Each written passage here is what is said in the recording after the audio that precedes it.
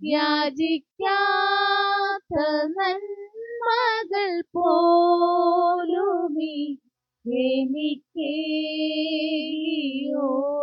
സ്തുതി.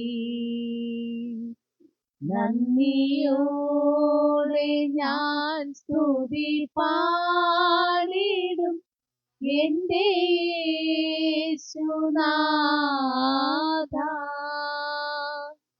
എനിക്കായി നീ ചെയ്തൊരു നന്മയ്ക്കും ഇന്നു നന്ദി ചൊല്ലുന്നു ഞാൻ. സത്യദൈവത്തിൻ ഏകപുത്രനായി അങ്ങിൽ വിശ്വസിക്കുന്നു ഞാൻ. സത്യദൈവത്തിൻ ഏകപുത്രനായി അങ്ങിൽ വിശ്വസിക്കുന്നു ഞാൻ. വരും കാലമൊക്കെയും നിൻ കൃപാവരങ്ങൾ ചൊരിയുക എന്നിൽ. വരും കാലമൊക്കെയും നിൻ കൃപാവരങ്ങൾ ചൊരിയുക എന്നിൽ. നന്ദിയോടെ ഞാൻ സ്തുതി പാടിടും എന്റെ യേശുനാഥ. എനിക്കായി നീ ചെയ്തൊരു നന്മയ്ക്കും ഇന്നു നന്ദി ചൊല്ലുന്നു ഞാൻ. എനിക്കായി നീ ചെയ്തൊരു നന്മയ്ക്കും ഇന്നു നന്ദി ചൊല്ലുന്നു ഞാൻ.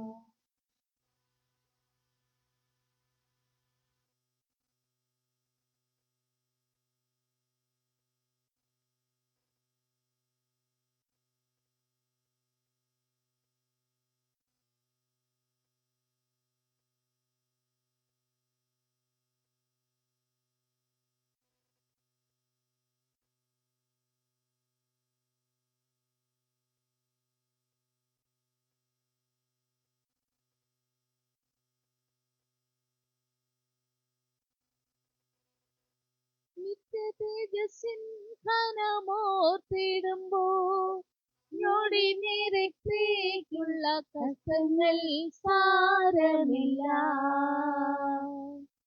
കണ്ണുനീർ സാരമില്ല. പ്രിയന്റെ വരവിൻ ധ്വനി മുഴങ്ങും പ്രാക്കളെ പോലെ നാം പറന്നുയരും. പ്രാണന്റെ പ്രിയനാം മണവാളനിൽ സ്വർഗീയ മണിയറയിൽ. പ്രിയന്റെ വരവിൽ ധ്വനി മുഴങ്ങും പ്രാക്കളെ പോലെ നാം പറന്നുയരും. പ്രാണന്റെ പ്രിയനാം മണവാളനെ പ്രാപിക്കും സ്വർഗീയ മണിയറയിൽ. കഷ്ടങ്ങൾ സാരമില്ല. കണ്ണുനീർ സാരമില്ല. മണവാളൻ വരും വനമേഘത്തിൽ മയങ്ങാൻ ഇനിയും സമയമില്ല. കൂടെങ്ങും മകൾ ദിനത്തിൽ മണവാട്ടിയായി നാം പറന്നു പോലും. മണവാളൻ വരും വനമേഘത്തിൽ മയങ്ങാൻ ഇനിയും സമയമില്ല. പ്രിയന്റെ കൂടെങ്ങും മകൾ ദിനത്തിൽ മണവാട്ടിയായി നാം പറന്നു പോം. കഷ്ടങ്ങൾ സാരമില്ല. കണ്ണുനീർ സാരമില്ല. ജാതികൾ ജാതിയോട് എതിർത്തിടുമ്പോൾ, ജഡത്തിൻ പീഡകൾ പെരുകിടുമ്പോൾ, ജീവിത ഭാരങ്ങൾ വർദ്ധിച്ചിടുമ്പോൾ, ജീവന്റെ നായകൻ വേഗം വന്നിടും.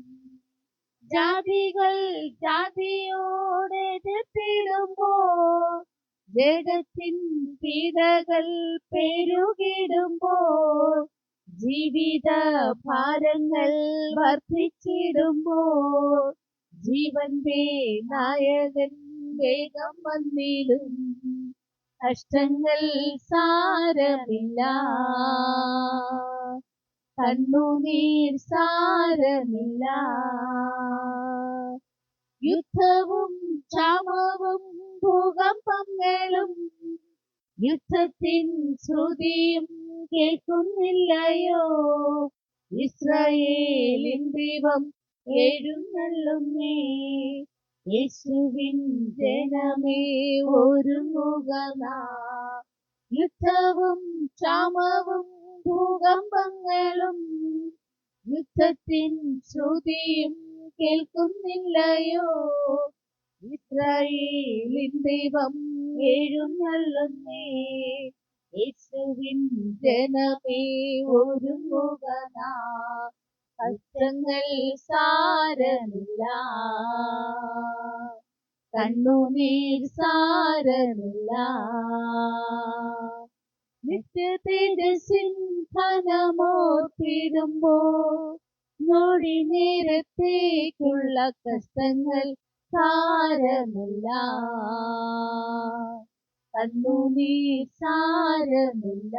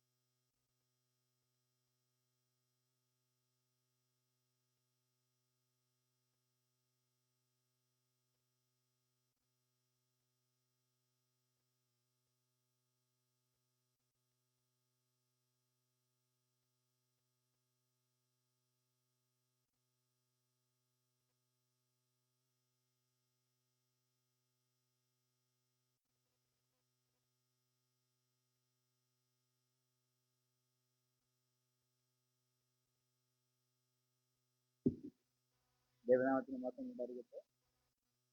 ആഴ്ചവട്ടത്തിന്റെ 1-ാം ദിവസമായിരുന്നു ഈ സൺഡൗൺ വർഷത്തിന്റെ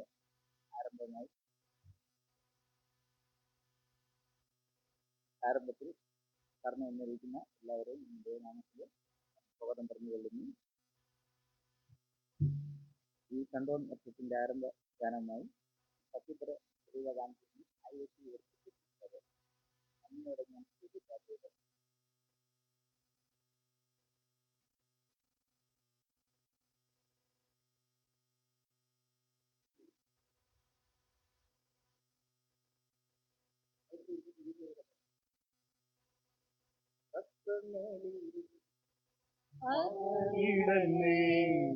കണ്ണുനീരിലും തളർന്നിടല്ലേ, ഞാനെന്നും എന്റെ ദൈവം, നീ എന്നും എന്റേതാണേ. ഞാനെന്നും നിന്റെ ദൈവം, നീ എന്നും എന്റേതാണേ. നിന്റെ വിശ്വാസമോ ഭംഗം വരികയില്ല, അതു പ്രാപിച്ചിടും നിശ്ചയം. അതു പ്രാപിക്കുമ്പോൾ നഷ്ടം ലാഭമാകും, ദുഃഖം സന്തോഷമായി മാറും. നിന്റെ വിശ്വാസമോ ഭംഗം വരികയില്ല, അതു പ്രാപിച്ചിടും നിശ്ചയം. അതു പ്രാപിക്കുമ്പോൾ നഷ്ടം ലാഭമാകും, ദുഃഖം സന്തോഷമായി മാറും. നഷ്ടങ്ങളിലും പതറിയിടല്ലേ, കണ്ണുനീരിലും തളർന്നിടല്ലേ. ഞാനെന്നും നിന്റെ ദൈവം, നീയെന്നും എന്റേതാണേ. ഞാനെന്നും നിന്റെ ദൈവം, നീയെന്നും എന്റേതാണേ. നിന്നെ തകർക്കുവാനോ നിന്നെ മൂടിക്കുവാനോ അല്ലല്ല ഈ വേദന.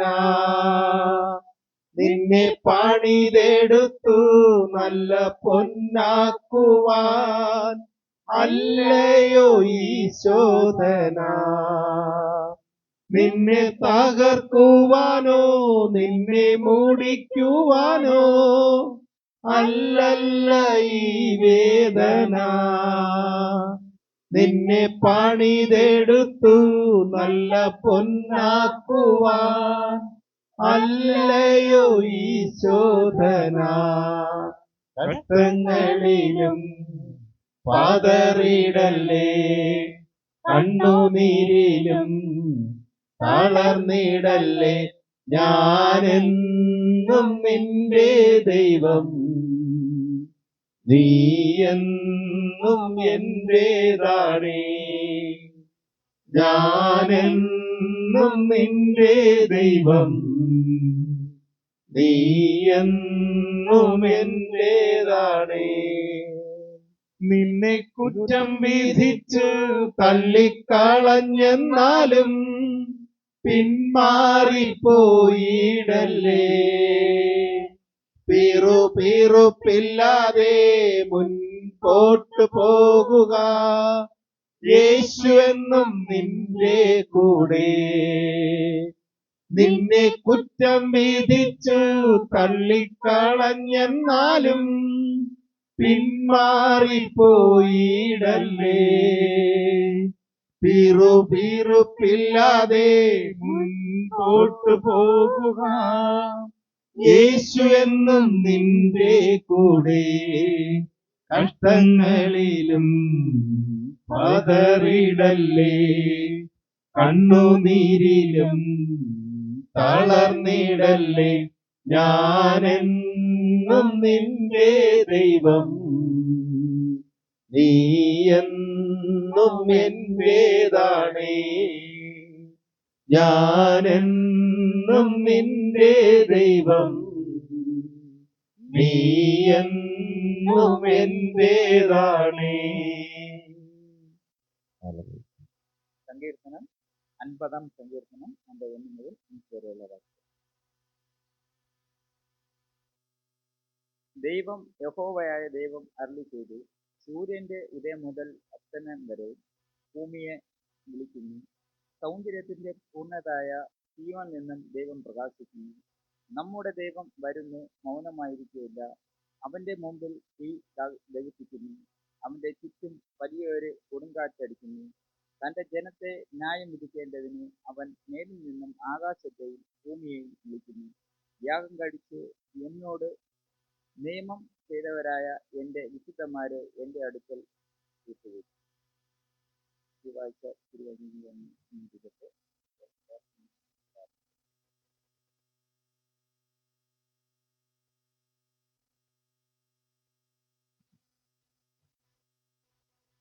സ്തോത്രം, സ്തോത്രം, സ്തോത്രം.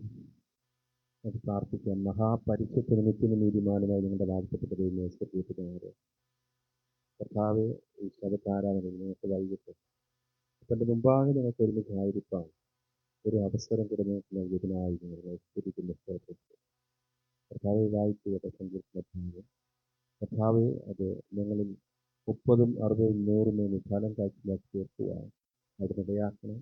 നിങ്ങളുടെ ദാസനോട് നിങ്ങൾക്ക് ലഭിക്കുന്ന നന്മ കർത്താവെ, അതും ഞങ്ങളെ അങ്ങയിലേക്ക് കൂടുതലായി അടുപ്പിക്കുവാൻ കർത്താവ് അങ്ങയുടെ നാമത്തിൽ അനേകരെ നേടുവാൻ കർത്താവ് ഈ സഭയിൽ ഓരോ ആരാധനയും ഇവിടുത്തെ പ്രാർത്ഥനകളും ഈ ദേശത്ത് നിന്ന് മാത്രമല്ല കർത്താവ് അങ്ങയുടെ രാജ്യം വ്യാപിക്കാൻ അനേകർ നേടുവാൻ അവിടുന്ന് ഇടയാക്കണമെന്ന് പ്രാർത്ഥിക്കുന്നു. കർത്താവെ, ഞങ്ങൾ അല്പസമയം മറ്റൊരു സന്നിധിയിലായിരിക്കുന്നത് നിങ്ങളുടെ പ്രാർത്ഥനകൾക്കും യാചനകൾക്കും ഞങ്ങൾ മറുപടി നൽകിയതിനായി സ്തോത്രം. സകലതും ക്രിസ്തു യേശുവിന്റെ നാമത്തിൽ ഞങ്ങൾ അപേക്ഷിക്കുന്നു. ഞങ്ങളുടെ പ്രാർത്ഥനയോടെ ഉത്തരമല്ല സ്വർഗീയപിതാവേ. ആമേൻ.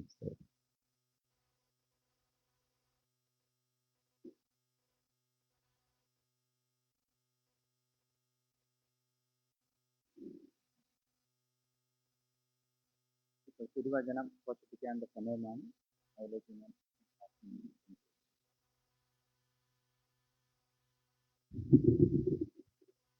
ദൈവത്തിന്റെ അതിപരിശുദ്ധനാമം വാഴ്ത്തപ്പെടുമാറാകട്ടെ. അനുഗ്രഹമേറിയതായ ഒരു സൺഡൗൺ ആരാധനയുടെ ഈ ഒരു നിമിഷത്തിൽ നമുക്ക് ഏവർക്കും ദൈവത്തിന്റെ സന്നിധിയിലായിരിക്കാൻ തക്കവണ്ണം സർവശക്തനായ ദൈവം വഴിയൊരുക്കി.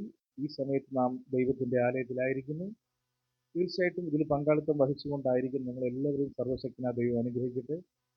ഒരല്പമായി നാം ഇന്ന് ചിന്തിക്കുവാൻ തക്കവണ്ണമുള്ളതായ ഒരു വിഷയം എന്ന് പറയുന്നത് ദൈവം സർവവും അറിയുന്നു. ഇതാണ് നമ്മളിന്ന് ചിന്തിക്കുവാൻ തക്കവണ്ണം താല്പര്യപ്പെട്ടുകൊണ്ടായിരിക്കുന്ന വിഷയം. നമുക്കൊരു വാക്യം വായിക്കാം. സങ്കീർത്തനങ്ങൾ 44-21 വായിച്ചു നോക്കാം. അവിടെ എന്താണ് ഈ വിഷയം സംബന്ധിച്ച് സർവശക്തനായ ദൈവം നമ്മോട് ഈ നിമിഷം ഇടപെടുന്നത് എങ്ങനെയാണ് നമുക്ക് നോക്കാം. ദൈവം അത് ശോധന ചെയ്യാതിരിക്കുമോ? അവൻ ഹൃദയത്തിലെ രഹസ്യങ്ങളെ അറിയുന്നില്ല. നമുക്കൊരു നിമിഷം കണ്ണുകടക്കാൻ പ്രാർത്ഥിക്കാം. സർവ്വചരാചരങ്ങളുടെയും ഉടയവനെ നിത്യനും നീതിമാനും വാഴ്ത്തപ്പെടുന്ന നല്ലവനുമായ ദൈവമേ, അനുഗ്രഹമേറിയതായ ഒരു സൺഡൗൺ ആരാധനയുടെ ദൈവമേ, ഞങ്ങൾ കർത്താവ് ഈ ഒരു നിമിഷമായിരിക്കുമ്പോൾ ഇത്തരത്തിലുള്ളതായ ഒരു വിഷയം ഞങ്ങൾക്ക് ചിന്തിപ്പാൻ തക്കൊണ്ട് തന്നതിനായി സ്തോത്രം. ഈ വചനം അങ്ങയുടേത്, അടിയൻ അങ്ങയുടേത്.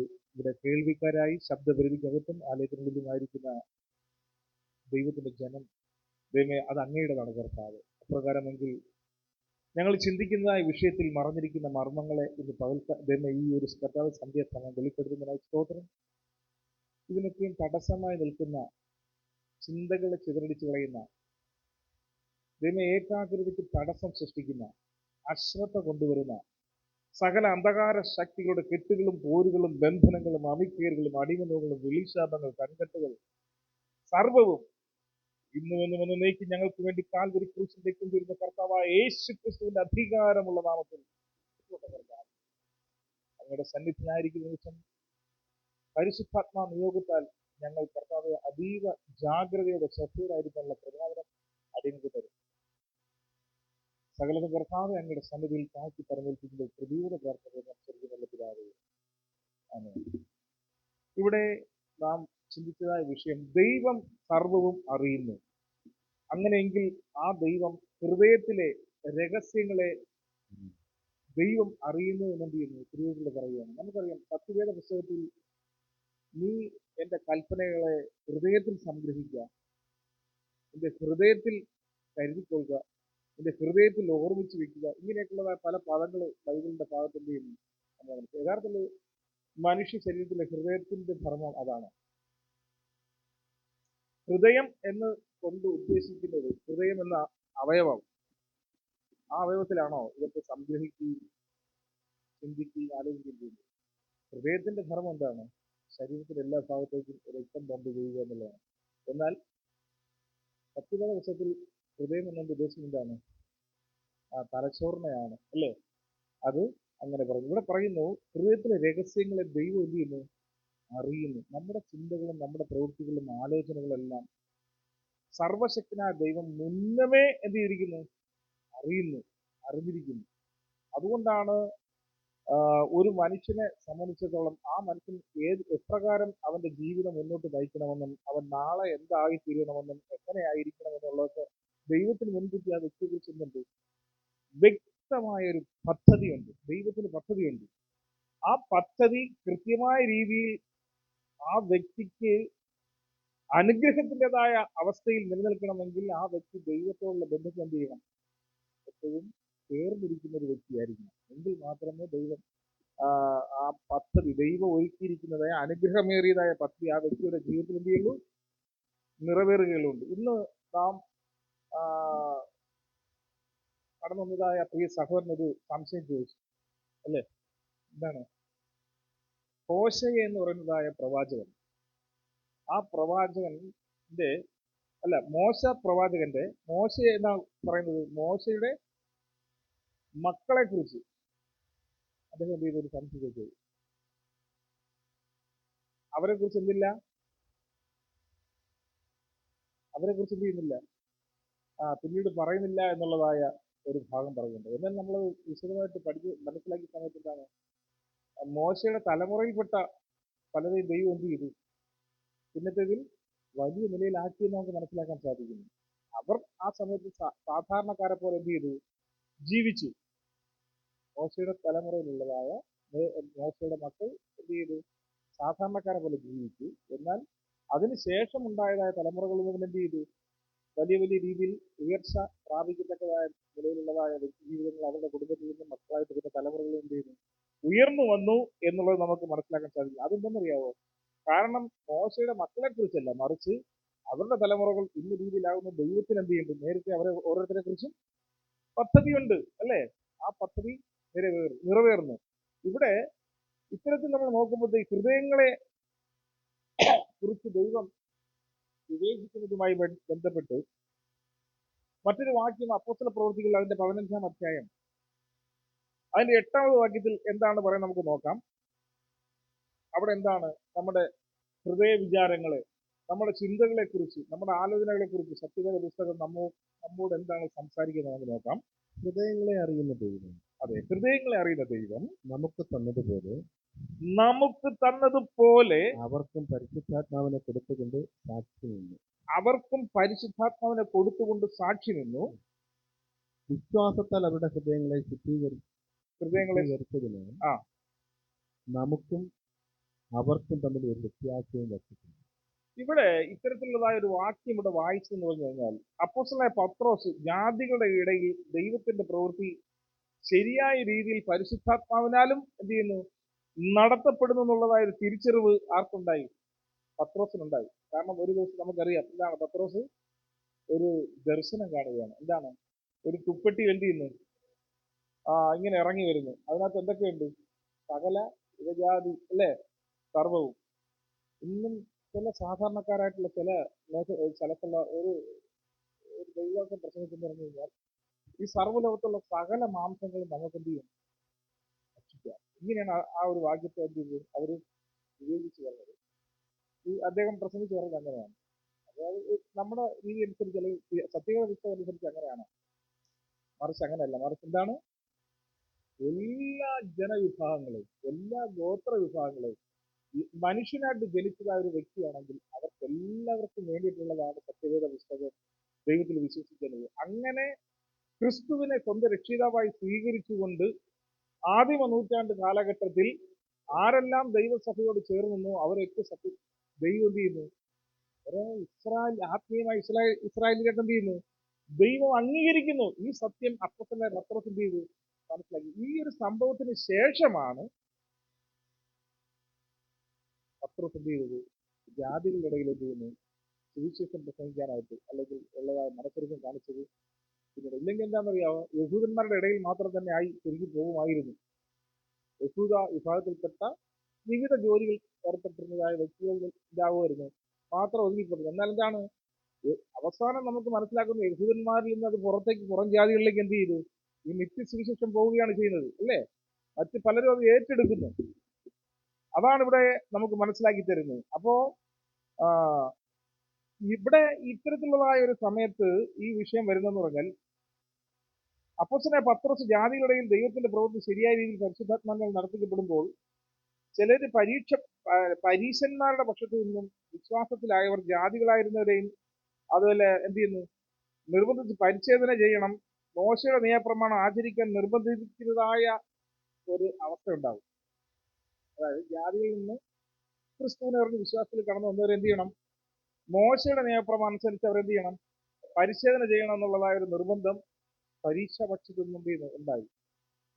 എന്നാൽ അതിന് നമുക്ക് മറ്റൊരു മേഖലയിൽ അപ്പോസ്തലനായ പൗലോസ് എന്ത് ചെയ്യുന്നു, അതിനെ എതിർക്കുന്നതാണ് നമുക്ക് കാണാൻ സാധിക്കുന്നത്. അതിനെ എതിർക്കുന്നത് അതിന്റെ ആവശ്യമുണ്ടോ? ഉണ്ടായിരുന്നോ? ഇല്ല. ദൈവം ആഗ്രഹിക്കുന്നത് എന്ത് പരിശോധനയാണ്? നമ്മുടെ ഓരോരുത്തരുടെയും ഉള്ളങ്ങളെ അല്ലെങ്കിൽ ഹൃദയത്തെ നമ്മൾ എന്ത് ചെയ്യണം? പരിച്ഛേദന ചെയ്യണം. എന്താണ്? എൻ്റെ ജീവിതത്തിൽ ദൈവമായിട്ടുള്ള ബന്ധത്തിൽ എവിടെയാണ് വീഴ്ച വന്നത്? ദൈവമായിട്ടുള്ള ബന്ധത്തിൽ എനിക്ക് എവിടെയാണ് കുറവുകൾ വന്നത്? അത് നമ്മൾ എന്ത് ചെയ്യണം? ഓരോരുത്തരും അത് ശോധന ചെയ്ത് നമ്മൾ എന്ത് ചെയ്യണം? പരിച്ഛേദന കഴിക്കണം, അല്ലേ? അതാണ് ദൈവം ഇന്ന് ആഗ്രഹിക്കുന്നത്. ഇവിടെ വിശ്വാസത്തിലാണ് പ്രാധാന്യമെന്ന് ഓർമ്മിപ്പിക്കുന്ന ഒരു ഭാഗം കൂടിയാണ് അപ്പോസ്തലനായ പത്രോസ്. വീണ്ടും സങ്കീർത്തനക്കാരനായിരിക്കുന്ന വ്യക്തി എന്താണ് പറയുന്നത് നോക്കാം. സങ്കീർത്തനം 103:14 എന്താണ് പറയുന്നത്? സങ്കീർത്തനം 103 അതിന്റെ 14ാമത് വാക്യത്തിൽ ഇവിടെ പറയുന്ന അവൻ നമ്മുടെ പ്രകൃതി അറിയുന്നുവല്ലോ, നാം പൊടിയെന്ന് അവൻ ഓർക്കും. നാം പൊടി എന്ന് അവൻ ഓർക്കുന്നു. അപ്പൊ നമ്മളെല്ലാവരും നമ്മുടെ പ്രകൃതിയാലുള്ളതായ അവസ്ഥ ആരറിയുന്നു? അറിയുന്നു. നാം എല്ലാവരും പൊടിയിൽ നിന്ന് എടുക്കപ്പെട്ടതായതുകൊണ്ട് തന്നെ ദൈവത്തിന് അറിയാം എന്താണ് ഇതെല്ലാം അവസാനം ചെന്ന് ചേരുന്നത് എങ്ങനെയാണ്. അതുകൊണ്ടാണ് ഏത് രീതിയിൽ ഒരു വ്യക്തിക്ക് മരണം സംഭവിച്ചാലും ഏത് മത ആചാരപ്രകാരം ആയിക്കോട്ടെ, അല്ലേ, ഹൈന്ദവ വിശ്വാസത്തിൽ ആയിരിക്കുന്ന ഒരാളിനെ പോലും അവരെന്ത് ചെയ്യുന്നു? ദഹിപ്പിക്കുന്നു. ആ ദഹിപ്പിച്ചു കഴിഞ്ഞാലും അത് ചാരമായിട്ട് വീണ്ടും എന്ത് ചെയ്യുന്നു? അതിനിപ്പം എവിടെ കൊണ്ട് ഒഴുക്കിയായിരുന്നാലും ശരി, അവസാനം പ്രകൃതിയിലേക്ക് എന്ത് ചെയ്യുന്നു? അല്ലേ? ഇതുപോലെ തന്നെ മറ്റുള്ള എല്ലാ വിഭാഗത്തിൽപ്പെട്ട ആൾക്കാരും ഈ അടുത്ത സമയത്ത് ഒരു സ്ഥലത്ത് കാണാൻ സാധിച്ചെന്ന് പറഞ്ഞു കഴിഞ്ഞാൽ അവിടെ സ്ഥലം സ്വന്തമായിട്ട് ഇല്ലാത്തത് കൊണ്ടാണ് എന്താണെന്ന് അറിഞ്ഞൂടെ, അതുപോലെ അവിടുത്തെ ആചാരം അങ്ങനെയാണെന്ന് അറിഞ്ഞൂടെ, അവിടെ നമ്മളെപ്പോലെ കിടത്തിയല്ല അടക്കുന്നത്, നെറ്റത്തിൽ കുഴി എടുത്തിട്ട് നീളത്തിൽ നിർത്തിയാണ് ആ ബോഡിയെ ചുറ്റി നേരെ അങ്ങ് താഴെ ഇറക്കി അങ്ങനെയാണ് വൃത്തിയത്. അപ്പൊ നമുക്ക് ഇഷ്ടംപോലെ സ്ഥലം കിട്ടും എന്നുള്ള അർത്ഥത്തിലായിരിക്കും തോന്നുന്നു. അങ്ങനെ നടക്കുന്നത് അത് ക്രിസ്ത്യൻ രീതിയിലാണ്. അടക്കം മാത്രം എന്താണ്? ഇങ്ങനെ ഈ കുഴി വട്ടത്തിൽ എടുത്തിട്ട് നീളത്തിൽ അതിലിങ്ങനെ ഇറക്കുന്നു ആരാ? ഈ ബോഡിയെ. അങ്ങനെയുള്ളതായ ഒരു അടക്കത്തിന് കാണുകയുണ്ടായി. ഇത് നമ്മുടെ ഇന്ത്യയിലല്ല, അതുണ്ട്. അത് ഖബറടക്കം നമ്മൾ കേട്ടിട്ടുണ്ട്, കണ്ടിട്ടുണ്ട്. ഇസ്ലാം മത വിശ്വാസവും എന്ത് ചെയ്യുന്നു? ഖബറടക്കം എന്നുള്ള രീതിയിൽ ഇരുത്തി അടക്കുമെന്ന് ഞാൻ കേട്ടിട്ടുണ്ട്. ചാരി ഇരുത്തി അവരങ്ങനെ ചെയ്യുന്നുണ്ടല്ലോ. അത് സമാധി, അതാണ് അതിന്റെ പേര് പറഞ്ഞത്. സമാധി അത് വേറൊരു വകുപ്പ്.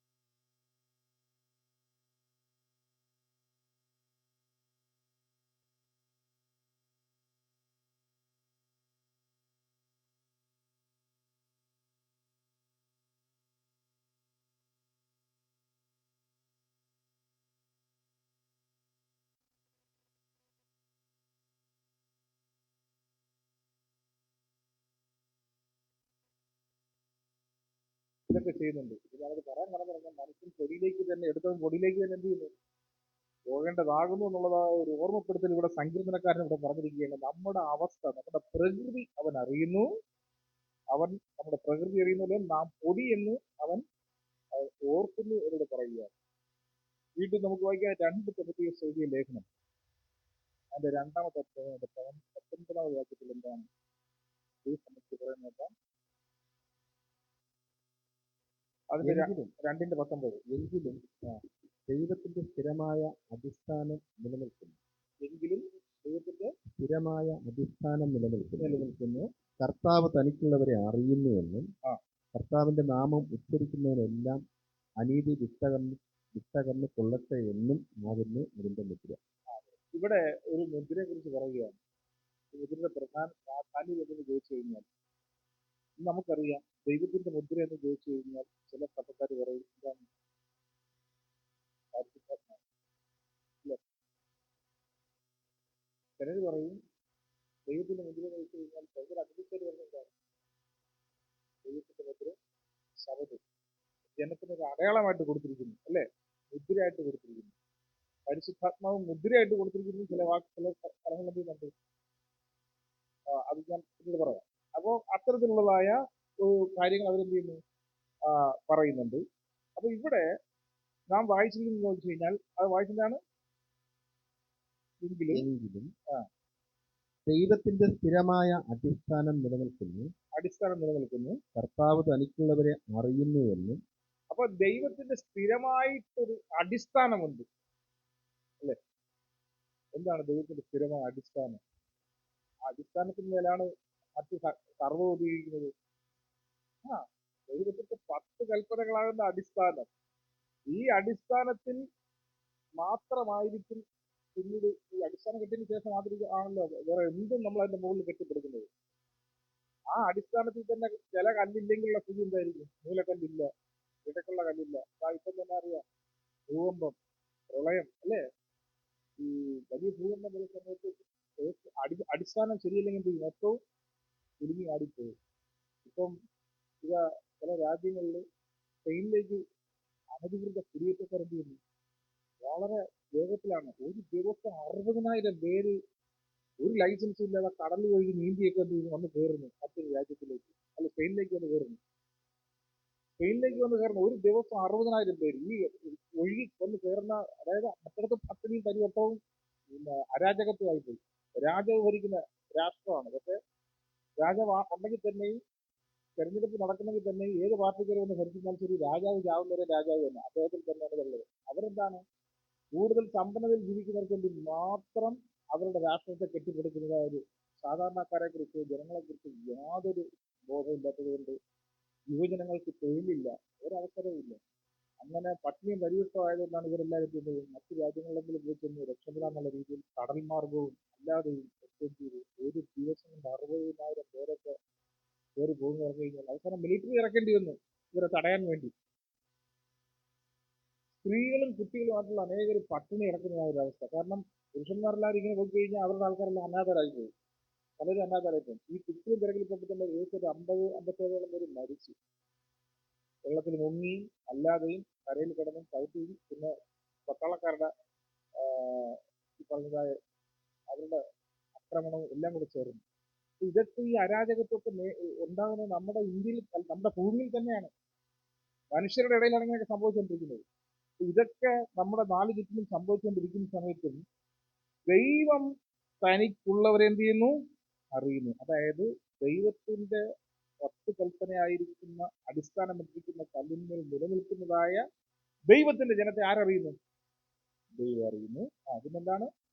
കർത്താവിന്റെ നാമം ഉച്ചരിക്കുന്നവനെല്ലാം. അതെ, കർത്താവിന്റെ നാമം ഉച്ചരിക്കുന്നവൻ ആരാണോ അവരെല്ലാം അനീതി വിട്ടകന്ന് കൊള്ളട്ടെ എന്നുമാകുന്നു അതിന്റെ.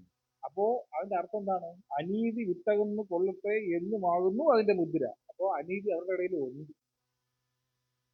ശ്രദ്ധിക്കണം, ഞാനിപ്പോ പറഞ്ഞ വാക്യം അല്ലേ? അതായത് കർത്താവിന്റെ നാമം വിളിച്ചപേക്ഷിക്കുന്നവരെല്ലാവരും നീതി പ്രവർത്തിക്കുന്നവരല്ല. എല്ലാവരും നീതി പ്രവർത്തിക്കുന്നവരല്ല.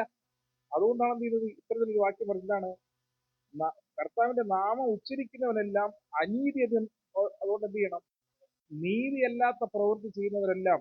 ദൈവത്തിന്റെ നീതി അതെന്താണ്? ദൈവത്തിന്റെ നീതി, ദൈവത്തിന്റെ സ്വഭാവം, ക്യാരക്ടർ എന്താണത്? അതും 10 കൽപ്പന തന്നെയാണ്. ദൈവത്തിന്റെ 10 കൽപ്പന, ദൈവത്തിന്റെ സ്വഭാവം കാണിക്കുന്നതാണ് ആ ഒരു കൽപ്പന എന്ന് പറയുന്നത്, ആ 10 കൽപ്പനകൾ അനുസരിക്കുന്നത്. അപ്പൊ ഈ ദൈവത്തിന്റെ നീതി ആകുന്നതായ ജനത അവരുടെ ഇടയിൽ അനീതി ഉണ്ടെങ്കിൽ അതെന്ത് ചെയ്യണം? അപ്പൊ അതിനർത്ഥം എന്ന് പറഞ്ഞാൽ ദൈവകൽപ്പന അനുസരിക്കാത്തവരെ അനീതി ദൈവത്തിന്റെ പേര് പറയുകയും എന്നാൽ അനീതി പ്രവർത്തിക്കുകയും ചെയ്യുന്നതായ ആളുകളാണ്. അതുകൊണ്ട് നിങ്ങൾ എന്ത് ചെയ്യണം? ഈ നാളുകളിൽ അനീതി വിട്ടൊഴിഞ്ഞ് നീതി എന്ത് ചെയ്യണം? ചിന്തിക്കുകയും പ്രവർത്തിക്കുകയും ചെയ്യട്ടെ. അതാകുന്നു ദൈവത്തിന്റെ അതെ, അതായത് ദൈവകൽപ്പനകൾ അനുസരിക്കുന്നവരായിരിക്കണം. ദൈവകൽപ്പനയെ കുറിച്ച് പറയുകയാണെങ്കിൽ നമുക്ക് ഒരുപാട് കാര്യം പറയാം. എന്താണ് ആദ്യത്തെ 4 കൽപ്പനകൾ? സൃഷ്ടാവായിരിക്കുന്ന ദൈവവും ഒരു മനുഷ്യനും തമ്മിൽ എങ്ങനെയായിരിക്കണം ബന്ധപ്പെടണം എന്നുള്ളത് കാണിക്കുന്നു. ബാക്കിയുള്ളതായ 6 കൽപ്പനയും എന്താണ് കാണിക്കുന്നത്? ഒരു മനുഷ്യനും മറ്റു മനുഷ്യനും തമ്മിലുള്ളതായ ബന്ധത്തെ കുറിക്കുന്നതാണ്. അങ്ങനെയാണെങ്കിൽ ദൈവമായിട്ടുള്ള ബന്ധത്തെ കുറിക്കുന്നതായ കൽപ്പനകൾ നമ്മൾ എന്ത് ചെയ്യണം? നീതിയായി തന്നെ എന്ത് ചെയ്യണം? സത്യവിശ്വാസത്തിൽ നിലനിന്നിട്ട് ചില അസത്യങ്ങളും പ്രത്യാശയുടെ വാക്യങ്ങളെയും തള്ളിക്കളഞ്ഞ് പുനരുത്ഥാനം കഴിഞ്ഞു എന്നിങ്ങനെയുള്ളതായ ദുരിതോപദേശം ഇന്നും സഭകളിൽ പലരും കൊണ്ട് പുനരുത്ഥാനം ഇല്ല എന്ന്. അല്ലെ? നമുക്കറിയാം, ബൈബിൾ വായിക്കുന്ന സമയത്ത് പുനരുത്ഥാനത്തിന് എതിർക്കുന്നതായ ഒരു കൂട്ടരുണ്ട്. ആരാ അറിയോ? ഒരു പുനരുത്ഥാനം ഇല്ല, എല്ലാവരും ഇല്ല. സദൂക്യ വിഭാഗത്തിൽപ്പെട്ട ആൾക്കാർ എന്ത് ചെയ്യുന്നു? പുനരുത്ഥാനത്തിൽ വിശ്വസിക്കുന്നില്ല. അതുകൊണ്ട് അവർ എന്ത് ചെയ്യുന്നു? അതിനെ എതിർക്കുകയാണ് ചെയ്യുന്നത്. അല്ലെ? അത് ക്രിസ്തുവിനോട് തന്നെ എന്ത് ചെയ്യുന്നു? അങ്ങനെ പരസ്യമായിട്ട് അവരെന്ത് ചെയ്യുന്നു? ചോദ്യം ചോദിക്കുന്നുണ്ട്. അല്ലേ? അപ്പൊ ഇവിടെ നമ്മൾക്ക് മനസ്സിലാക്കി തരുന്നു, ദൈവം ഇങ്ങനെയുള്ളവരെല്ലാവരും തിരിച്ചറിയുന്നു എന്ന് ഇവിടെ മനസ്സിലാക്കി തരുന്നു. അപ്പോൾ ദുരുപദേശങ്ങൾ സഭകളിൽ അനേകം ദിവസങ്ങളായിട്ട് പലരും പഠിപ്പിക്കുകയും ഒക്കെ ചെയ്യുമ്പോഴും തിമോഥെയോസിനോട് അപ്പോസ്തലനായ പൗലോസ് ഉദ്ഘോഷിക്കുന്നതായ ഒരു ഭാഗമാണ് നമ്മളിവിടെ വായിച്ചത്. ഈ തിമോഥെയോസിന്റെ പ്രശ്നം എന്താണ്? തിമോഥെയോസ് എന്ന് പറഞ്ഞതായ യൗവനക്കാരൻ, അല്ലേ? അവന് അവന്റെ പിന്നെ തിമോഥെയോസ് എന്ന് പറയുന്നതായ യൗവനക്കാരന് അവന്റെ അമ്മയും അവന്റെ വലിയമ്മയും വളർത്തിയതായ ഒരു പൈതലാണ്. അല്ലേ? അവന്റെ അമ്മയും വലിയമ്മയും. ഈ ബൈബിളിൽ വലിയമ്മ എന്ന് പറഞ്ഞ ആണെന്നറിയോ? എന്താണ്? അമ്മയുടെ ചേട്ടത്തിയാണ്, അമ്മൂമ്മയാണ് വലിയമ്മ എന്ന് പറയുന്നത്. മനസ്സിലായോ? അമ്മൂമ്മയും അമ്മയും കൂടെ ചേർത്താണ് ആരെ വളർത്തി. അപ്പോൾ ഇതാണ് അത് ക്രിസ്തുവിനുള്ള വിശ്വാസത്തിൽ വളരെ അടുത്തും ചുറ്റോടും അത് അങ്ങനെ തന്നെയാണ് അപ്പോസ്തലൻ പൗലോസ് സംബോധന ചെയ്തിരിക്കുന്നത്. അങ്ങനെ വളർന്നതായ നിന്നിലൂടെ സുവിശേഷം അറിയാൻ ഒരുപാട് പേരുണ്ട്. അങ്ങനെ അവനോട് എന്ത് ചെയ്യണം? നീ അവനോട് പത്യോപദേശത്തിൽ വളരാനാണ് പറയുന്നത്. പത്യോപദേശം, വെറും ഉപദേശമില്ല. ഉപദേശങ്ങൾ പലതും ഉണ്ടല്ലോ. പക്ഷെ ദൈവകൃപയാലുള്ളതായ പത്യോപദേശത്തിൽ വളരുന്നതായ ഒരു പൈതലായിട്ട് അങ്ങനെയുള്ള ആ വ്യക്തിയോടാണ് പിന്നത്തേതിൽ എന്ത് ചെയ്യുന്നത്? ഈ രീതിയിലുള്ളതായ ഒരു വചനം ഉദ്ഘോഷിക്കുന്നതായ ഒരു ഭാഗം. വീണ്ടും നമുക്ക് വായിക്കാം നഹൂം പ്രവാചകന്റെ പുസ്തകം. അതിന്റെ 1-ാം അധ്യായം അതിന്റെ 7-ാമത് വാക്യത്തിൽ എന്താണ് നമുക്ക് നോക്കാം. ആരാണ് ഈ നഹൂം? 1-ാം അധ്യായം അതിന്റെ 7-ാമത്തെ വാക്യം ആകുന്നു. ഇവിടെ ഒരു വലിയൊരു സത്യം ആ തിരുവഴുത്തിലൂടെ വെളിപ്പെടുത്തുകയാണ്. യഹോവ നല്ലവനാണ്. അല്ലേ? യഹോവ നല്ലവനാകൊണ്ടാണ് നമുക്കറിയാം ഹോശേയ എന്ന് പറഞ്ഞതായ ഒരു പ്രവാചകനോട് ദൈവം പറയും, നീ എന്ത് ചെയ്യണം? ഒരു വേശ്യ സ്ത്രീ വിവാഹം കഴിക്കണം. എന്താണ്? ദൈവകൽപ്പനയിൽ പ്രധാനപ്പെട്ട ഒരു കൽപ്പനയാണല്ലോ വ്യഭിചാരം ചെയ്തത്. എങ്കിൽ അത്തരത്തിൽ പ്രവൃത്തി ചെയ്യുന്നവളെ തന്നെ കല്യാണം കഴിക്കാൻ ദൈവം എന്തിന് ഹോശേയ പ്രവാചകനോട് പറഞ്ഞു? അത് ദൈവം പറഞ്ഞത് എന്താണ്? ഇരട്ടത്താപ്പല്ലേ? ഇവിടെ ഞങ്ങൾ രണ്ടിടത്ത് ചോദിക്കുകയുണ്ടായി. അപ്പൊ അതിന്റെ മറുപടി എന്താണ്? ദൈവത്തിന്റെ ജനം, ഇസ്രായേലിന്റെ ജനം ആ കാലഘട്ടത്തിൽ, ആ സന്ദർഭത്തിൽ ദൈവത്തെ വിട്ടകന്ന് അന്യദൈവ ആരാധനയിലേക്കും വിഗ്രഹാരാധനയിലേക്കും മാത്രം ഒഴുകിപ്പോയി. ഈ ജനത്തെ തിരികെ വീണ്ടും ദൈവത്തിലേക്ക് ചേർപ്പിക്കുന്നതിന് വേണ്ടിയിട്ട് ദൈവം വിളിച്ച് വേർതിരിച്ചതായ ഈ പ്രവാചകനോട് തന്നെ പറഞ്ഞു, നീ തന്നെ പ്രാക്ടിക്കലായിട്ട് കാണിച്ചു കൊടുക്കണം. എന്താണ്? നീ ഇത്തരത്തിലുള്ളതായ ഒരു കാര്യം ചെയ്തുകൊണ്ട് ഇങ്ങനെ വിഗ്രഹാർപ്പിതങ്ങളും അന്യദൈവ ആരാധന നടത്തുന്നതും സത്യവേദ പുസ്തകപ്രകാരം എന്താണത്? വ്യഭിചാരമാണത്. ദൈവത്തെ ആരാധിക്കാതിരിക്കുന്ന സത്യദൈവത്തെ വിട്ടുകളഞ്ഞ് അന്യദൈവ ആരാധന നടത്തുന്നത് എന്താണ്? വ്യഭിചാരമായിട്ടാണ് കാണുന്നത്. അത് പരസംഗമാണത്. അപ്പൊ അങ്ങനെയുള്ളതായ ആ പ്രവൃത്തിയിൽ നിന്ന് ദൈവത്തിന്റെ ജനത്തെ തിരിച്ചു വീണ്ടും വരുന്നതിനായിട്ട് ദൈവം ഒരു പദ്ധതി ഒരുക്കിയതിന്റെ ഭാഗമായി നീ നിന്റെ ജീവിതത്തിലൂടെ കാണിച്ചു കൊടുക്കണം. എന്താണ്? നീ ഇങ്ങനെ ചെയ്യുന്നു, അതുകൊണ്ട് നിങ്ങൾ എന്ത് ചെയ്യണം? നിങ്ങൾ എല്ലാവരും ആ പ്രവൃത്തി വിട്ടൊഴിയുക എന്ന് കാണിക്കുന്ന വേണ്ടിയിട്ടാണ് ഈ ഒരു രീതിയിൽ താരതമ്യത്തിൽ പറഞ്ഞത്. അത് എന്തുകൊണ്ടെന്ന് ചോദിച്ചു കഴിഞ്ഞാൽ ദൈവം എപ്പോഴും ദൈവത്തിന്റെ മക്കളെ എന്ത് ചെയ്യുന്നു? സ്നേഹിക്കുന്നു. അതാണ് രണ്ടാമതും ഈ വേശ്യസ്ത്രീയെ വിവാഹം കഴിച്ചതിന് ശേഷവും അവനെ വിട്ടെന്ത് ചെയ്യും? അപ്പോൾ ആ പ്രവൃത്തിക്ക് പോകും. വീണ്ടും ദൈവം പറയും എന്ത് ചെയ്യും? പോയി അവളെ വിളിച്ചോണ്ട് വരാൻ. അല്ലേ? ഇതൊക്കെ ആര് കാണുന്നു? ദൈവമല്ല, ജനം കാണുകയാണ്.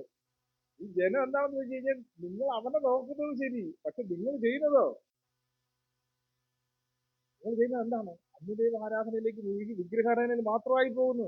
സത്യദൈവത്തെ തള്ളുക. അതുകൊണ്ട് എന്ത് ചെയ്യണം? അത് വിട്ടുതിരിഞ്ഞ് നിങ്ങൾ എന്ത് ചെയ്യണം? ദൈവസന്നിധിയിലേക്ക് മടങ്ങി വരുത്തണം എന്ന് കാണിക്കുന്നതിനുള്ളതായ ഒരു സൂചനയായിട്ടാണ് അന്ന് ആ അത്തരത്തിലൊരു അവിടെ പറഞ്ഞിരുന്നത്. അപ്പോൾ അങ്ങനെയാണെങ്കിൽ ഇവിടെ പറയുന്നു യഹോവ നല്ലവനും കഷ്ട ദിവസത്തിൽ നമുക്ക് എന്ത് ചെയ്യുന്നു? ശരണമാകുന്നു. അപ്പൊ കഷ്ട ദിവസത്തിൽ ശരണമായിരിക്കാൻ തക്കവണ്ണം മനുഷ്യരെ നമുക്ക് ആരെയും കിട്ടിയെന്ന് വരില്ല. പക്ഷെ എന്ത് ചെയ്യും? ജീവനുള്ള ദൈവം എന്ത് ചെയ്യും? നമ്മെ തീർച്ചയായിട്ടും പരിപാലിക്കും, വഴി നടത്തും, നമ്മെ അനുഗ്രഹിക്കുകയും ചെയ്യും. ഇവിടെ പറഞ്ഞിരിക്കുന്നത് തങ്കൽ ആശ്രയിക്കുന്ന, അതായത് ജീവനുള്ള ദൈവത്തിൽ ആശ്രയം വെച്ചിരിക്കുന്ന, ജീവനുള്ള ദൈവത്തെ മാത്രം മുറുകെ പിടിച്ചുകൊണ്ടിരിക്കുന്ന, ജീവനുള്ള ദൈവത്തെ മാത്രം പിൻപറ്റുന്നതായ വ്യക്തികളെ ആരറിയുന്നു പറയുന്നു? ദൈവം അറിയുന്നു. അങ്ങനെയുള്ള വ്യക്തികളെ തീർച്ചയായിട്ടും ദൈവം അറിയുന്നു. എന്നിട്ടും ഇയ്യോബിന് എന്ത് പറ്റി? ദൈവത്തെ അറിയുന്ന ആളല്ലേ.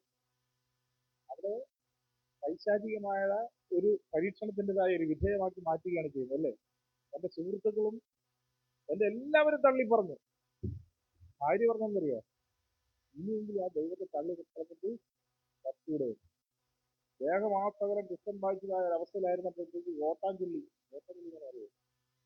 ഓട്ടാഞ്ചൊല്ലി പറഞ്ഞാൽ കത്തിയും പറയാതെ പൊട്ടിയുടെ പീസുണ്ടല്ലോ, അതെടുത്ത് വെച്ച് ഇങ്ങനെ ഇരിക്കുന്നൊരവസ്ഥ വരെ ആർക്കുണ്ടായി? സർവവും നഷ്ടപ്പെട്ടു. എന്നാൽ അപ്പോഴും ജീവനുള്ള ദൈവത്തെ തള്ളി പറയാൻ ആര് തയ്യാറായില്ല. എന്നാൽ ഇന്നത്തെ നമ്മൾ വായിക്കുന്ന സമയത്ത് ഈ നഷ്ടത്തിന്റെ ഇരട്ടിയായിട്ട് ഈ ഒരു ദൈവം എന്ത് ചെയ്യും? സർവ്വതും തിരികെ നൽകി. അല്ലേ? അത് നമുക്ക് ഒരു മാതൃകയായിട്ട് അവിടെ നമുക്ക് കാണിച്ചു തരികയാണ് ചെയ്യുന്നത്. അതുകൊണ്ട് കഷ്ട ദിവസത്തിൽ തങ്ങൾ ആശ്രയിക്കുന്നവരെ ദൈവം അറിയുന്നു എന്നിവിടെ പറയുന്നു. വീണ്ടും അങ്ങനെയാണെങ്കിൽ മത്തായി സുവിശേഷത്തിൽ അവിടെ നോക്കാം. അവിടെ 6:8 നമുക്കൊന്ന് വായിച്ചു നോക്കാം. മത്തായി സുവിശേഷം അതിന്റെ 6-ാം അധ്യായം അതിന്റെ 8-ാമത് വാക്യത്തിൽ അവിടെ ഒരു പ്രാർത്ഥനയെ കുറിച്ചിട്ട് പറയുകയാണ്. ഒരു പ്രാർത്ഥന എങ്ങനെയായിരിക്കും എന്നുള്ളത്. അതെ, അവിടെ എന്താണ് പറഞ്ഞിരിക്കുന്നത്? മത്തായി 6:8. അടുത്ത് ബാക്കി അതിന്റെ 7-ാമത്തെ വാക്യം. അത് മതി. പ്രാർത്ഥിക്കയിൽ നിങ്ങൾ ജാതികളെ പോലെ എന്ത് ചെയ്യരുത്? ഒരു ഹോസ്പിറ്റലില് ഒരു രോഗി വിസിറ്റ് ചെയ്യാൻ വേണ്ടി എന്ത് ചെയ്തു? ഒരു പ്രാർത്ഥന. ഏത് ഡിനോമിനേഷൻ ഞാൻ പറയുന്നില്ല. ആ രോഗിക്ക് വേണ്ടി ഇവിടെ പ്രാർത്ഥിക്കുക. അതിനുവേണ്ടി തന്നെ രോഗികളെ ചെയ്യുന്നു. കുശലങ്ങളൊക്കെ ചോദിച്ചപ്പോഴത്തേക്ക് ആ രോഗിയുടെ ബന്ധുക്കളായിട്ടുള്ളവർ അമേരിക്കയിലുണ്ടെന്നുള്ളത് ഈ പാർട്ടിന് അറിയാമല്ലോ. അവരുടെ ചില ബന്ധുക്കൾ അങ്ങ് ഇംഗ്ലണ്ടിലുണ്ട്. അതായത് രോഗിക്ക് വേണ്ടി പ്രാർത്ഥിച്ച് തുടങ്ങിയ പ്രാർത്ഥന അവസാനം പ്രാർത്ഥിച്ച് അമേരിക്ക വഴി നേരെ ഇംഗ്ലണ്ടിൽ ചാടി അവിടെ വഴി കാനഡയിലെത്തി. കണ്ണു തുറന്ന് നോക്കിയപ്പോഴത്തേക്ക് ഈ രോഗിയും കാണാനില്ല, പരിസരത്ത് വരുന്ന കൂട്ടിരിപ്പവരെ കാണുന്നില്ല. അടുത്ത് നിന്ന് കാലത്ത് ഇവരൊക്കെ ഇവിടെ പോയി, അത് നിങ്ങൾ അമേരിക്കയിൽ ഇംഗ്ലണ്ടിലേക്ക് ഇതൊക്കെ ചത്തെടുത്തോണ്ട് പോയത്. പിന്നെ അത് കൊണ്ടുപോയി അതിനെ പാക്ക് ചെയ്ത് കൊണ്ടുപോയി. അപ്പോ ഇങ്ങനെയുള്ളതായ പ്രാർത്ഥന നിങ്ങൾ ഇംഗ്ലണ്ടിൽ നിന്ന് അമേരിക്ക പോയി എടുത്തോണ്ട് പോയത്. അപ്പൊ അങ്ങനെയുള്ളതായ ജൽപ്പന ജാതികളെ പോലെ എന്ത് ചെയ്തു? ജൽപ്പനം ചെയ്ത് നമ്മൾ പ്രാർത്ഥിക്കാൻ പറയുന്ന വിഷയത്തിന് മേലെ നമുക്ക് എന്ത് ചെയ്യാം? തീർച്ചയായിട്ടും നമുക്ക് എന്ത് ചെയ്യാം? അത് പ്രാർത്ഥിക്കാം. ഇവിടെ പറയുന്നത് എന്താണ്? നിങ്ങൾ പ്രാർത്ഥിക്കൽ നിങ്ങൾ ജാതികളെ പോലെ ജൽപ്പനം ചെയ്യരുത്. വീണ്ടും എന്താണ് പറയുന്നത്? അതിഭാഷണത്താൽ നമ്മുടെ ഇവിടെ ഒരു വ്യക്തിയൊക്കെ ഉണ്ട്, അതിഭാഷണത്താൽ ഉത്തരം കിട്ടുമല്ലോ എന്ന് പറഞ്ഞ് പ്രാർത്ഥിക്കില്ല. അറിയാമല്ലോ, ഞാൻ പേര് പറയുന്നില്ല. അതിഭാഷണതൽ, ഭക്ഷണമല്ലേ, ഭാഷണത്താൽ കൂടുതൽ ഡയലോഗ് എന്ത് ചെയ്യുന്നു? പ്രാർത്ഥനയുടെ കൂടാതെ ഡയലോഗ് പോലെ അടിച്ചു കഴിഞ്ഞാൽ ഇപ്പൊ തന്നെ ദൈവം എടുത്തൊക്കെ തരും എന്ന രീതിയിൽ വളരെ സമയം കൊല്ലാൻ വേണ്ടി പ്രാർത്ഥിക്കുന്നതായൊരവസ്ഥ. അങ്ങനെ പ്രാർത്ഥിച്ചിട്ടുണ്ടെങ്കിൽ പ്രയോജനമുണ്ടോ? അപ്പൊ ബൈബിൾ പറയുന്നതാണ്, അതിഭാഷണത്താൽ ഉത്തരം കിട്ടുമെന്ന് നമ്മൾ കരുതരുത്. വീണ്ടും എന്നാണ് പറയുന്നത്, അങ്ങനെയുള്ളവരോട് നമ്മൾ എന്ത് ചെയ്യരുത്? തുല്യരാകരുത്. വീണ്ടും എന്നാണ് പറഞ്ഞിരിക്കുന്നത്, നിങ്ങൾക്ക് ആവശ്യമുള്ളത് ഇന്നതാണെന്ന് അത് നമ്മൾ യാചിക്കുന്നതിന് മുമ്പ് നമ്മുടെ പിതാവായ ദൈവം അറിയുന്നുണ്ട്. ഇവിടെ നമ്മുടെ ഡോക്ടർ വേറെ ഒരു കാര്യം സൂചിപ്പിക്കുകയാണെങ്കിലേ, ദൈവത്തിനൊരു പദ്ധതി ഉണ്ടായിരുന്നു. ആ കർത്തദാസന് അടുത്ത് ചെന്ന സമയത്ത് എന്ത് ചെയ്തു? അദ്ദേഹം അത് സൂചിപ്പിച്ചു. പക്ഷെ നിങ്ങൾക്കത് വിശ്വാസമില്ല. കമ്പ്യൂട്ടറിൽ തന്നെ അടിച്ചു നോക്കി. അതിനുശേഷമാണ് അത് ഒരു ദൈവ പദ്ധതി ആയിരുന്നു എന്നുള്ളതായ തിരിച്ചറിവ് എന്ത് ചെയ്യുന്നത് ഉണ്ടായത്. അതായത് നമ്മളെക്കുറിച്ച് ഓരോരുത്തരെ കുറിച്ചും ഓരോ സമയത്തും വ്യക്തമായ ഒരു പദ്ധതിയുണ്ട്. ആ പദ്ധതി നിറവേറുന്നതിന് വേണ്ടിയിട്ട് നാം ഈശ്വരന്റെ കയ്യിലെ കളിമണ്ണുകൾ നമ്മൾ എപ്പോഴാകുന്നത് ദൈവം ചെയ്യും നിവർത്തിച്ചു. അതായത് ദൈവം കളിമണ്ണാണ്, കൃഷകന്റെ കയ്യിൽ ഇരിക്കുന്ന കളിമണ്ണ്. ഈ കളിമണ്ണിന്റെ സ്വഭാവം എന്തെന്ന് കൃഷകൻ നോക്കും. ഇതിനകത്ത് ചരല് ചേർന്നിട്ടുണ്ട്, അതാ മണൽ ചേർന്നിട്ടുണ്ട്, അത് ഇതിനകത്ത് മരപ്പൊടി കയറ്റിയിട്ടുണ്ട്. എങ്കിൽ നമുക്ക് ഇതിനൊരു കാര്യം ചെയ്യും, ഇതിനെ വെള്ളം കൂട്ടിയിട്ട് ഇതിനെ കൂലിയാക്കി കളയാം, അല്ലെങ്കിൽ വേണ്ട ചെടിച്ചട്ടിയാക്കുക, അതല്ലെങ്കിൽ വേണ്ട ഒരു മരവി. ഇതൊക്കെ തീരുമാനിക്കുന്ന ആരാണ്? കുശവൻ. അപ്പൊ ആ കുശവന്റെ കയ്യിലെ കളിമണ്ണ്, അപ്പൊ ആ കളിമണ്ണിൽ കലർപ്പ് പാടില്ല. കളിമണ്ണിൽ മണൽ ചേർന്ന് കഴിഞ്ഞാൽ വെള്ളം ചേരുമ്പോൾ എന്ത് ചെയ്യും? പെട്ടെന്ന് അതെന്ത് ചെയ്യും? പൊളിഞ്ഞു പോരും. അതായത് വാക്ക് കിട്ടത്തില്ലത്. അപ്പം വാക്ക് കിട്ടാത്ത വാക്കിനനുസരിച്ച് എന്ത് ചെയ്യും? ആദ്യം പ്ലാൻ ചെയ്ത സാധനമല്ല ഉണ്ടാക്കുന്നത്, അവസാനം തവള ഉണ്ടാക്കിയാൽ വേണമെങ്കിൽ വെക്കും ആ കളിമണ്ണ് കൊണ്ട്. മനസ്സിലായി ഞാൻ പറഞ്ഞു? അതുകൊണ്ട് ഈശ്വരന്റെ കയ്യിൽ അനുസരണയുള്ള കളിമണ്ണായിട്ട് നമ്മൾ എപ്പോൾ മാറുന്നത്? ദൈവത്തിന്റെ ഹിതപ്രകാരം ദൈവം നല്ലത് തന്നെ നമ്മൾ എന്ത് ചെയ്യും? വാർത്തെടുക്കും. അതിന് എന്ത് പ്രവൃത്തി തന്നെ ആയിരുന്നാലും ദൈവഹിതപ്രകാരം നമ്മൾ നിൽക്കുന്നതിനനുസരിച്ചായിരിക്കും അതിന്റെ റിസൾട്ട് നമുക്ക് അറിയാൻ സാധിക്കും. അതുകൊണ്ടാണ് ഇവിടെ പറഞ്ഞത്, അങ്ങനെ പ്രാർത്ഥിക്കുന്നവരോട് തുല്യരാകരുത്. നിങ്ങൾക്ക് ആവശ്യമുള്ളത് ഇന്നത് എന്ത് നിങ്ങൾ യാചിക്കുന്നതിന് മുമ്പ് എന്ത് ചെയ്യുന്നു? ജീവനുള്ള ദൈവം തിരിച്ചറിയുന്നു. അതിനായിട്ട് നമുക്ക് നമ്മുടെ കുറവുകളെ, കുറ്റങ്ങളെ ദൈവത്തിന്റെ സന്നിധിയിൽ ഏറ്റുപറഞ്ഞ് ഉപേക്ഷിച്ചുകൊണ്ട് നല്ല കളിമണ്ണായി, നല്ല സ്വഭാവമുള്ള ദൈവത്തിന്റെ ആ വിഷുവിന്റെ അനുസരണയുള്ള കളിമണ്ണായിട്ട് നമ്മൾ ഇരിക്കുന്ന സമയത്ത് എന്ത് ചെയ്യും? തീർച്ചയായിട്ടും അത് ദൈവഹിതപ്രകാരമുള്ളതായ കാര്യം നമ്മളെ മെനഞ്ഞെടുക്കരുത്. അല്ലേ? നമ്മളിവിടെ കൺവെൻഷൻ പാടിയുണ്ട്, എന്താണ്? മണ്ണை பிசைந்து மனிதராய் தீர்ப்பது കാര്യം. അതായത് ഈ കളിമണ്ണിനെ എന്തായിട്ട് ആക്കി മാറ്റണമെന്ന് ആർക്കറിയാം? കൃഷ്ണനറിയാം. ആ കൃഷ്ണൻ അത് ആക്കും. നമ്മളത് പരിവപ്പെട്ട് നിൽക്കുക. ഇത്ര വെള്ളം, അല്ലേ? ഇത്ര കളിമണ്ണിന്റെ പവർ, ഇത്ര മണലും വേണമെങ്കിൽ ലേശം, അത് വേണമെങ്കിൽ മാത്രം. അത് കാരണം അദ്ദേഹത്തിന്റെ മനസ്സിലെ ഐഡിയ അനുസരിച്ച് ഇത് രൂപപ്പെട്ടു വരണം. കാരണം ഇതിനെ പറയുന്നൊരു പേരുണ്ട്, എന്താണ്? കറങ്ങിക്കൊണ്ടിരിക്കുന്ന സാധനം ഉണ്ടല്ലോ, അതിലൊരു വെച്ച് പെട്ടെന്ന് ഉണ്ടാക്കുന്നത് അച്ച്. ആ അച്ചിനകത്ത് വെച്ചിട്ട് പെട്ടെന്ന് ഉണ്ടാക്കാൻ വേണ്ടിയാണ് അതിന് ചെയ്യുന്നത്. അപ്പോൾ അത് പാത്രമാക്കാൻ അതിന്റെ അകത്ത് വിരലിട്ട് ഇവരുടെ ഡിസൈൻ തലങ്ങളാക്കി മാറ്റും, പല രീതിയിലൊക്കെ അത് മാറ്റുന്നുണ്ട്, അത് രൂപമാക്കിയെടുക്കും. എന്തായിരുന്നാലും അവസാനം അത് മറ്റു മനുഷ്യർക്ക് പ്രയോജനമുള്ള ഒരു സാധനമായിരിക്കും അവസാനം എന്ത് ചെയ്യുന്നത്, അതായി മാറുന്നത്. അതുകൊണ്ട് അങ്ങനെ ദൈവം തന്റെ സ്വന്തം കൈവിരലാൽ സ്വന്തം സാദൃശ്യത്തിലാണ് മണ്ണായിരുന്ന നമ്മളെ, പൊടിയായിരുന്ന നമ്മൾ എന്ത് ചെയ്തു? ഈ രീതിയിലൊക്കെ സൃഷ്ടിച്ചെങ്കിൽ ദൈവം സൃഷ്ടിച്ച് ദൈവത്തെ മാനിക്കാനും ദൈവത്തെ സേവിപ്പാനും ദൈവത്തെ അനുസരിപ്പാനുള്ളതായ മനസ്സരിക്കും കൂടെ ഉണ്ടാകുന്നത്. അത് പലപ്പോഴും ഇല്ലാതെ പോകുമ്പോഴാണ് ബാബേൽ ഗോപുരങ്ങൾ കെട്ടിപ്പടയേണ്ടി വരുന്നത്. മനുഷ്യനൊരു പദ്ധതി എന്ത് ചെയ്യുന്നു? സ്വന്തമായിട്ട് ക്രിയേറ്റ് ചെയ്യുന്നു. ദൈവം മറ്റൊരു പദ്ധതി ആ വ്യക്തിയെക്കുറിച്ച് ഒരുക്കിയിരിക്കുമ്പോൾ അങ്ങനെ ചെയ്യുന്ന സമയത്ത് എന്ത് ചെയ്യും? അത് അവസാനം വലിയ പ്രശ്നങ്ങൾക്കാണ് പോയിട്ടുണ്ട്. ഞാനിവിടെ പലപ്പോഴും പറയുന്നുണ്ട്. അതിനൊരു ഉദാഹരണമാണ് സാറ. ഒരു സ്ത്രീയെ മറ്റുള്ളൊരു സാറ എന്ന് വിളിക്കുന്നത് സാറയാണ്, അല്ലേ? ആണോ? അല്ലേ? സാറേ, ഒരു സ്ത്രീയെ സാറ എന്ന് വിളിക്കുന്നത് സാറയാണ്. അപ്പൊ ആ സാറയാണ് എന്ത് ചെയ്തത്? ദൈവത്തിന് അപ്പുറമായിട്ടൊരു പദ്ധതി. എന്താണ്? ഇനി കാത്തിൻ്റെ രക്ഷയില്ല, വേലക്കാരി കൂടെ എന്ത് ചെയ്യുക? കെട്ടിക്കുക. അപ്പൊ ദൈവം ഒരു പദ്ധതി പറഞ്ഞിട്ട് എന്താണ്? തീർച്ചയായിട്ടും 100 വയസ്സാകുമ്പോൾ എന്ത് ചെയ്യും? അത് ക്ഷമയില്ല, ക്ഷമയില്ല, സഹിക്കാൻ പറ്റുന്നില്ല, അൺസഹിക്കരുത്. അതാണ് എന്ത് ചെയ്യുന്നത്? ആ ഒരു അവസ്ഥയിലേക്ക് എത്തിയത്. അതുകൊണ്ട് അങ്ങനെ ഉള്ളവരെ തന്നെ മറിച്ച് ദൈവത്തിരത്തിനൊപ്പം ചേർന്നുകൊണ്ട് ദൈവപ്രവൃത്തി നമ്മൾ വെളിപ്പെടുന്നതിന് വേണ്ടിയിട്ട് നമ്മൾ എന്ത് ചെയ്യണം? ഒരുക്കമുള്ളവരായും ആ ഒരു രീതിയിൽ ദൈവസന്നിധിയിൽ താഴ്മയോടുകൂടി ഇരിക്കുമെങ്കിൽ ആ അനുഗ്രഹം തീർച്ചയായിട്ടും നമുക്ക് ലഭിക്കും. സമുദ്രത്തിലേക്ക് വീണ്ടും വരുമ്പോൾ അവിടെ ദൈവം യഹോവയായ ദൈവം അരുളി ചെയ്തു, സൂര്യന്റെ ഉദയം മുതൽ അസ്തമയം വരെ സൂര്യൻ എന്ത് ചെയ്യുന്നു? വിളിക്കുന്നു. സൗന്ദര്യത്തിന്റെ പൂർണ്ണതയായ സിയോനിൽ നിന്ന് ദൈവം പ്രകാശിക്കുന്നു. ദൈവം പ്രകാശിക്കുന്നു. നമ്മുടെ ദൈവം വരുന്നു, ഒരിക്കലും മൗനമായിരിക്കില്ല. അവന്റെ മുമ്പിൽ തീ ദഹിപ്പിക്കുന്നു, അവന്റെ ചുറ്റും വലിയൊരു കൊടുങ്കാറ്റടിക്കുന്നു. തന്റെ ജനത്തെ ന്യായം വിധിക്കേണ്ടതിന് അവൻ മേലിൽ നിന്ന് ആകാശത്തെയും ഭൂമിയെയും. അപ്പൊ ന്യായവിധി എന്ന് പറയുന്നതായ ഒരു സമ്പ്രദായം എന്തായിരുന്നാലും ഉണ്ട്, അല്ലേ? അതിന് അധിക നാൾ ആകില്ല. ഇവിടെ പറഞ്ഞു, യാഗം കഴിച്ച് എന്നോട് നിയമം ചെയ്തവരായ, ദൈവത്തോട് നിയമം ചെയ്തവരായ, ദൈവത്തോട് ദൈവവചനങ്ങളെ കേട്ട് അനുസരിച്ചുകൊണ്ട് ദൈവം ഞാൻ ആ കൽപ്പനകളെ പ്രമാണിച്ചു കൊള്ളാം എന്ന് തീരുമാനം എടുത്തു നിൽക്കുന്നതായ, അത് അനുസരിച്ചു കൊണ്ടിരിക്കുന്നതായ വിശുദ്ധന്മാരെ എന്റെ അടുക്കൽ എന്ത് ചെയ്യണം? അപ്പോ ഈ നാളിൽ നമ്മൾ ചെയ്യേണ്ട ജോലി എന്താണ്? അനേകം ആത്മാക്കളെ നമ്മൾ നേടണം. എന്ത്?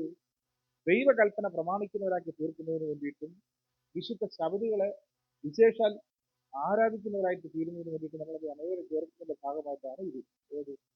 1 Voice 27 അതിന്റെ ഭാഗമായിട്ട് നമ്മൾ നടത്തപ്പെടുന്നതായ എന്ത് പ്രോഗ്രാമും ഈ ഒരു ബോർഡ് വെച്ച് ചെയ്യണം എന്നുള്ളതാണ് നമ്മുടെ GC നേതൃത്വം വരെ പറഞ്ഞിരിക്കുന്നത്. അതുകൊണ്ട് തന്നെ തീർച്ചയായിട്ടും അനേക ആത്മാക്കളെ നേടുന്നതിന് വേണ്ടിയിട്ട് കർത്താവായ യേശു ക്രിസ്തു സ്നാനപ്പെട്ടിട്ട് 2000 വർഷം ഇതാ ആകാൻ പോകുന്നു എന്നുള്ള സന്ദേശം, അതിനോടൊപ്പം തന്നെ ക്രിസ്തുവിന്റെ വരവ് ആസന്നമായിരിക്കുന്നു. ആയതുകൊണ്ട് നിങ്ങൾ ദൈവകൽപ്പനയും യേശുവിലുള്ള വിശ്വാസവും കാത്തുകൊള്ളുന്ന വിശുദ്ധന്മാരുടെ സഹിഷ്ണുതയാണ് ഈ നാളുകളിൽ നമുക്ക് ആവശ്യം. ദൈവകൽപ്പനയുള്ളവർക്ക് എന്തില്ല? വിശ്വാസമില്ല, അല്ലേ? ദൈവകൽപ്പനയിൽ ചിലർക്ക് യേശുവിൽ വിശ്വാസമില്ല. യേശുവിൽ വിശ്വാസം എന്ന് പറയുന്നവർക്ക് ദൈവത്തിന്റെ കൽപ്പനകളെല്ലാം പാലിക്കാനും പറ്റുന്നില്ല. അങ്ങനത്തെ ഒരു അവസ്ഥ. ആരായിരിക്കും ദൈവ കൽപ്പന ഉണ്ടായിരുന്നിട്ടും യേശുവിൽ വിശ്വാസം ഇല്ലാത്തത്? ഞാൻ ചോദിക്കുന്ന ആൾ പറഞ്ഞത് നിങ്ങൾ പറ. ദൈവ കൽപ്പനയുണ്ട്, പക്ഷെ അവർക്ക് യേശുവിൽ വിശ്വാസമില്ല. അങ്ങനെയുള്ള ഒരു കൂട്ടരെ കുറിച്ച് പറയാതെ ബൈബിളിൽ പറയുന്നുണ്ട്. ആരാണത്? ആന്റി പറ. ആന്റിക്കറിയല്ല, അറിഞ്ഞില്ലേ? അവർക്ക് ദൈവകൽപ്പനയുണ്ട്, ശബദമൊക്കെ ആചരിക്കും, പക്ഷെ യേശുവിൽ വിശ്വാസമില്ല. ആരാണത്? എല്ലാരും പറയാൻ പറ്റുമോ? യഹൂദ മത അനുസാരികളായിരിക്കുന്ന വ്യക്തികൾ, അങ്ങനെ പറയണം. എന്താ പറയുക? കാരണം യഹൂദന്മാരുടെ കൂട്ടത്തിൽ ക്രിസ്ത്യാനികളുണ്ട്, യഹൂദ ക്രിസ്ത്യാനികളുണ്ട്. അവര് യേശു ക്രിസ്തുവിനെ അംഗീകരിക്കുന്നുണ്ട്. പക്ഷെ യഹൂദ മതം അനുസരിച്ചുകൊണ്ട് നിൽക്കുന്ന, യഹൂദ മതത്തിൽ അവർ പറഞ്ഞിരിക്കുന്ന പുസ്തകങ്ങൾ ഏതൊക്കെയാണ്? സത്യവേദ പുസ്തകത്തിൽ ആദ്യത്തെ 5 എണ്ണം ഏതാണ്? ആവർത്തനം. ഇത് മാത്രമാണ് അവരെന്ത് ചെയ്യുന്നത്? യഹൂദന്മാരുടെ ആയിട്ട് പഞ്ചഗ്രന്ഥം, അല്ലേ, ആയിട്ട് അംഗീകരിക്കുന്നത്. അപ്പൊ അതിനകത്തൊന്നും ക്രിസ്തുവിനെ കുറിച്ച് പറഞ്ഞിട്ടില്ലാത്തതാണ് ഇവരാരും പലരും എന്ത് ചെയ്യുന്നില്ല? പരീശന്മാരും ഇവരാരും എന്ത് ചെയ്യുന്നില്ല? അംഗീകരിക്കുന്നത് സദൂക്യര്, അല്ലേ? അപ്പോ ഇവിടെ നമുക്ക് മനസ്സിലാക്കാൻ സാധിക്കുന്നു, അവർക്ക് ദൈവകൽപ്പന ഉണ്ടെന്ന് അവർ അവകാശപ്പെടുന്നു, പക്ഷെ അവർക്ക് ആരില്ല? ക്രിസ്തുവില്ല. ഇനി യേശു ക്രിസ്തു ഉണ്ട് എന്ന് വിശ്വസിക്കുന്ന വ്യക്തികളുണ്ട്, എന്നാൽ അവർക്ക് ദൈവകൽപ്പനയില്ല. അങ്ങനത്തെ ഒരാളെ കുറിച്ച് ആന്റിക്കറിയാവോ? അവർക്ക് പിന്നെ യേശു ക്രിസ്തുവിനൊരു വിശ്വാസമുണ്ട്, പക്ഷെ ദൈവകൽപ്പന വേണ്ട. അങ്ങനെയുള്ള ആരെങ്കിലും അറിയാമോ? അറിയത്തില്ലല്ലേ? അങ്ങനെ കുറെ ആളുകളൊക്കെ നമ്മളെ ആലോചിച്ചൊക്കെ ഉണ്ട് അല്ലേ? ഉള്ള ഞായറാഴ്ച ആരാധകരെ എല്ലാവരും ഞായറാഴ്ച ആരാധകർക്ക് ഒരു കൽപ്പന ഉണ്ടെന്ന് പറയുന്നത്, അവർക്ക് ദൈവമായിട്ടുള്ള ബന്ധത്തിലുള്ള മെയിൻ കൽപ്പന ഇല്ലല്ലോ.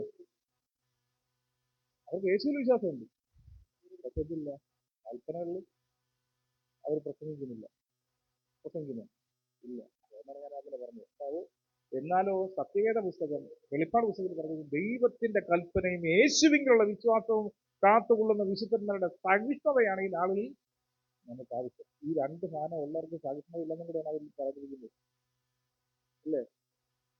പലയിടത്തും സംവാദം വയ്ക്കും, അവസാനം അടിയിലും പിടിയിലും തർക്കത്തിലും ചീത്തകളിലാണ് തീരുന്നത്. ആര്? അബന്ധിച്ചാര്.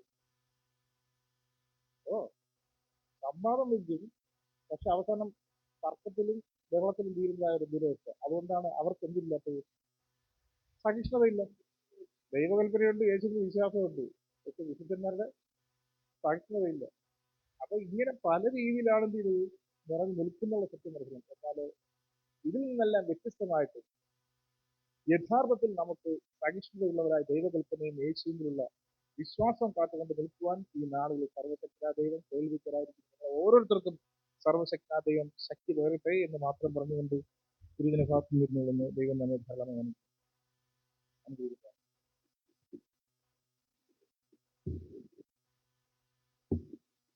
തിരുവചനം വാസിച്ച് ധാരാളമായി അനുഗ്രഹിക്കട്ടെ. ഇതിന്റെ അവസാന ഭാഗമായി പാഠപുസ്തകത്തിലെ 909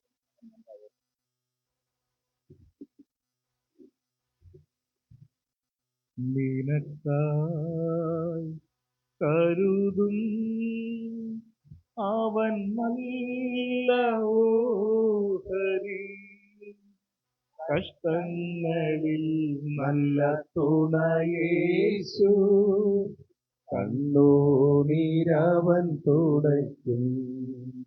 കഷ്ടങ്ങളിൽ നല്ല തുണയേശു, കണ്ണുനീരവൻ തുടയ്ക്കും. കരുതും അവൻ നല്ല ഓഹരി, വഴിയൊരുക്കും അവനാഴികളിൽ, വലം കൈ പിടിച്ചെന്നെ വഴി നടത്തും. വഴിയൊരുക്കും അവനാഴികളിൽ, വലം കൈ പിടിച്ചെന്നെ വഴി നടത്തും.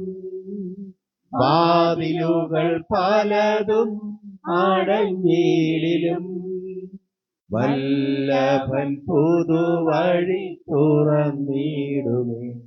ആമേൻ. വാതിലുകൾ പലതും അടഞ്ഞിടിലും, വല്ലഭൻ പുതുവഴി തുറന്നിടുമേ.